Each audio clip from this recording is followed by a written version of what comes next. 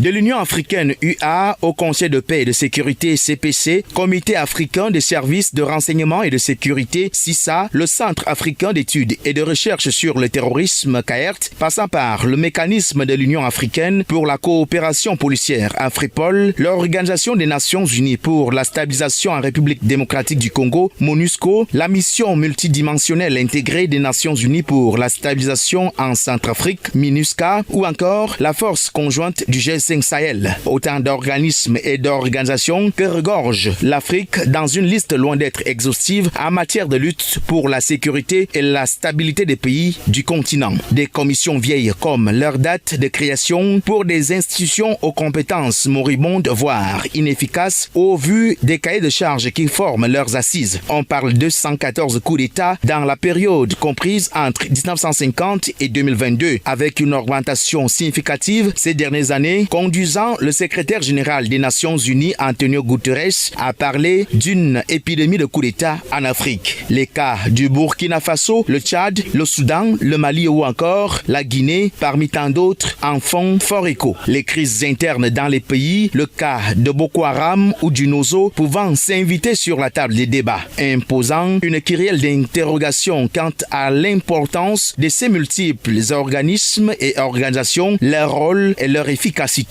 Quand après un temps limité, les rencontres entre membres se multiplient pendant que l'instabilité des États africains va grandissante. Pourtant, aux idées salutaires, les différents organismes concernés ont tous les moyens nécessaires pour jouer réellement et de façon libre leur partition d'après la grande opinion des géostratèges et experts en la matière. Toutefois, les efforts consentis demeurent palpables mais présentent des signes d'essoufflement et convoquent une détermination plus assidue et approfondie des responsables politiques et ou militaires, des lieux pour le renforcement d'une stabilité qui ne doit plus être fragilisée en interne.